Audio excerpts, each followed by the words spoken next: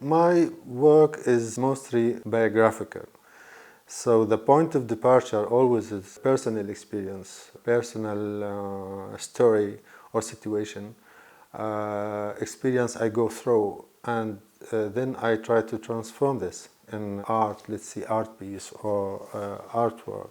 Try to evoke things, but in kind of subjective and personal point of view. Even political situations related to Palestinian context treated also in a very personal way, which is go beyond the political dimension to reach conceptual, formal, aesthetic dimensions, which is very important for me too.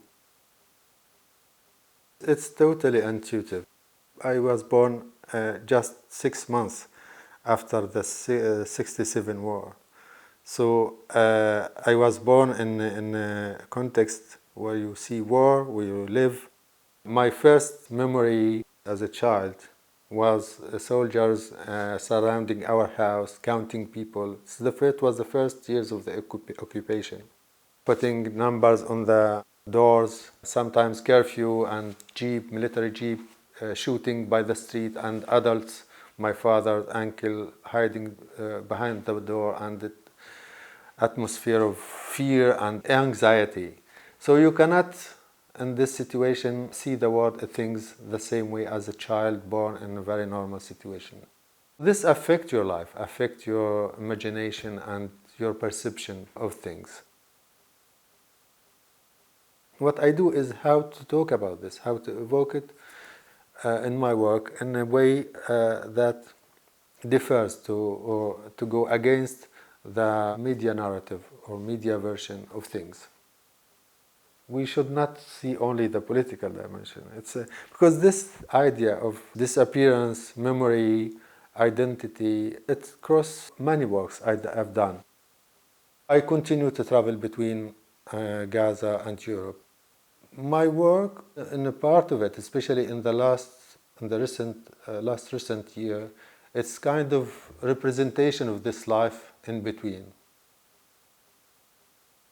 These compositions, Gaza walls, and this tendency of taking care of compositions and colors and what you frame in the pictures, balance, it came from my pictorial period when I was painter.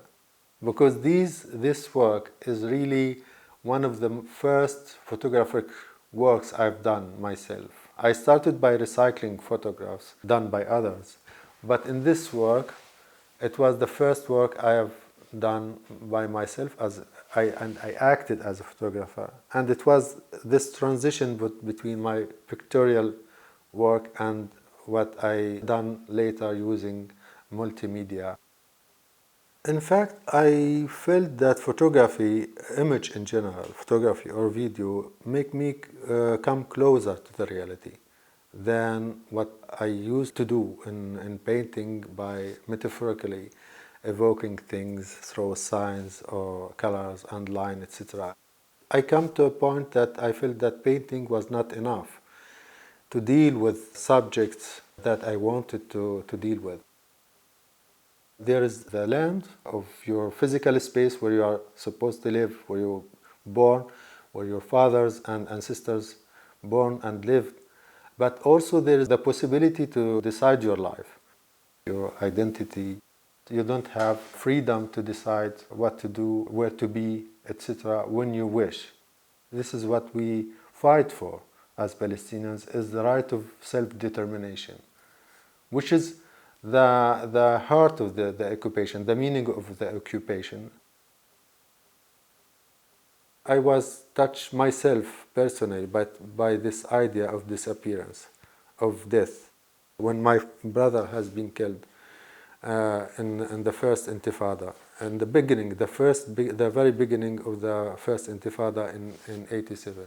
Every day there were many young people killed, children, young, old, older. And it was just awful, just heavy to feel, feeling of sadness, but also powerless. You know, you see all this death, all this loss, and you cannot do anything. So I started to collect the portraits of these people. When you are front of the image, you see kind of black on black, only, or sometimes kind of negative, black and white negative. But when light come over, you can see black and white portrait. With these photos hanged one beside the other, really kind of wall, in the form of a grid covering the whole wall, when you walk in front of it, you see some portraits appears and other disappear. So this is create a kind of interaction between the work and the people. They have to move to be able to discover the faces, to recognize the faces. And this was very, very touching when I showed this work for the first time in Gaza. This is show this existence between appearance and disappearance. And this is the reality of the Palestinian today, between existence and non-existence. It's not a full existence, it's not a full disappearance, it's always kind of in between. In this work, the real estate agency or the Watchtower series, I am looking for how to subvert some situations using very well-known or easy recognizable way of representation to inject in them or to use them to represent or to talk or to evoke other reality that sometimes nothing to do with these point of departure, let's say, way of representation. For example, for the Watchtowers, I used the Bern and Hillebischer work, which is very well known. For people, it's very easy to know and to recognize when you enter the exhibition. But when they come closer, they discover another reality that they know, but they never see it from this point of view. I was struck by the resemblance between the series of water towers and the Israeli military watchtowers, especially those of cylindric form in concrete. When you look to my pictures, comparing to those of Bishar's, mine are very blurry, not excellent quality. While Bishar's were spending sometimes one day to have the ideal light, to have everything measured by millimeter and then take the picture. My photographer has to take it very fast. Indirectly reflects the clandestine conditions in which the photographs has been done, because it's very dangerous. They can shoot on you. They are considered like military zone. When you look to this wall with these photographs, the first thing you think about is Becher's, which was the same way of framing, black and white. I tried to find the same dimension to print. It's typological. You have different type of watchtowers. So only when you come closer, then you discover that it's not about Becher's, it's not about documenting any industrial heritage, but heritage of oppression and occupation and injustice, and bearing witness. And the real estate agency is the same aspect, the same principle, that you use daily life, something which is kind of banal and cliche. There is nothing more simple, more banal than real estate agency. But when you come closer, you are struck by another reality. Houses that you're supposed to rent or live in or to buy, they are totally destroyed, keeping all other elements exactly as a real estate agency. But the only element which change is the house itself. It's totally destroyed. Kind of portraits of these houses as if they were people. The most hard way of punishment is to destroy the house, because destroying the house means paralyzing your life, the place you were born in, the place you lived most of your life, and suddenly you are just nowhere. So I have to dig to find another way to evoke these questions and to place them in another space, more human, more universal than information space, from media space, where they used to be seen only, because it's very limited and only you see Palestinians as provocators or terrorists or just victims. In a situation of emergency that we have in Gaza, I felt that I have to go to the street and to be with people and to document my life. I never photographed demonstrations or clashes between soldiers and young people throwing stones and soldiers shooting on them. It was not my issue. I wanted really to show the human dimension of the life of the people in Gaza. Because for me, I believe that conflicts, wars, one day this will change. This will have an end, I hope. Fathers, they are portraits.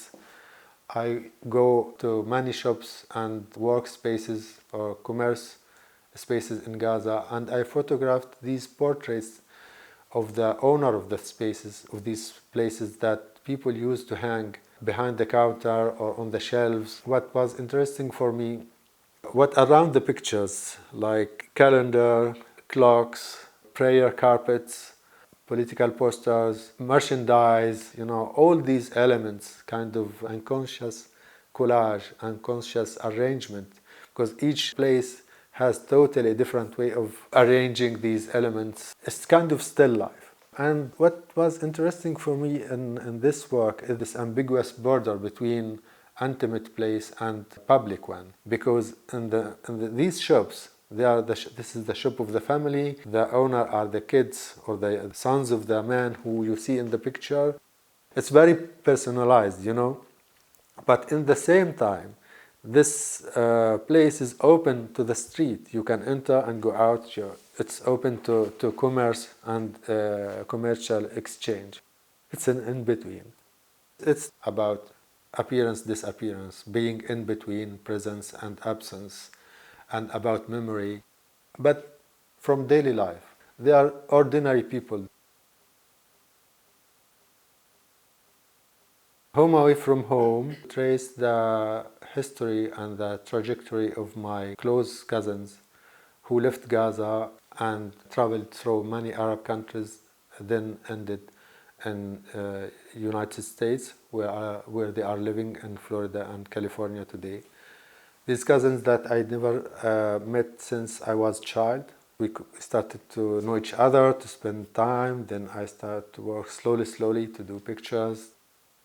What was interesting for me is this life between two cultures. They are Palestinians, Arabs, Muslim, living in US, some since 50 years now. How they live this situation, especially in the American context today, since the elections of Trump and his positions concerning immigrants and Muslims. I also wanted to dig through my life too, because working on them, unconsciously or indirectly, I find myself digging in mine too. Somehow I felt that they were a mirror for me. Somehow I entered in their life. Sometimes it was difficult for me to define the borders between me, the artist, Taysir, the cousin who has come to work, to observe the family and to do work about the family, and Taysir, the cousin who is from the family and sharing with them history. They missed Palestine because they still connected, although they are, at least in California, they are living in a very comfortable situation, very high lifestyle. They follow the news every day. They're still in contact with the family. They are calling so often. The food they eat is totally Palestinian. California, I found it really easier to find Middle Eastern or Palestinian or Arab ingredients than in Europe. So I eat 100% Palestinian there. Even some dishes that I didn't eat maybe since 20 years. One of my questions was how they consider themselves today. Americans, Arabs, Palestinians, Palestinian Arabs, what kind of definition they give to themselves. Today we are Americans. We are both Palestinians and Americans.